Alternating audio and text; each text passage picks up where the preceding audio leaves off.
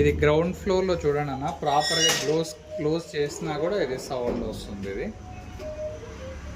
ప్రాపర్గా క్లోజ్ అయింది డోర్ కూడా, ఎక్కడ గ్యాప్ కూడా లేదు. ఇక్కడ సెకండ్ ఫ్లోర్లో కూడా ఇట్లే ప్రాబ్లం వస్తుంది. ఇది ఎందుకో మరి అర్థం కావట్లేదు.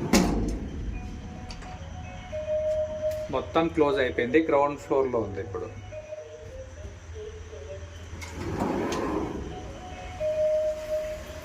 పదా